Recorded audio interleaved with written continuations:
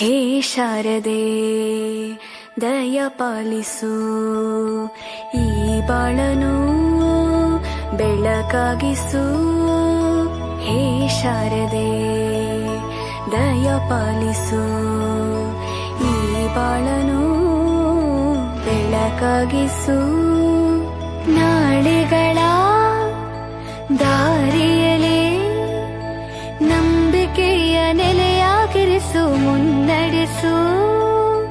ಕೈ ಹಿಡಿದು ನಾವಾಡೋ ಪದ ಪದದಲ್ಲೂ ಸಂಚರಿಸು.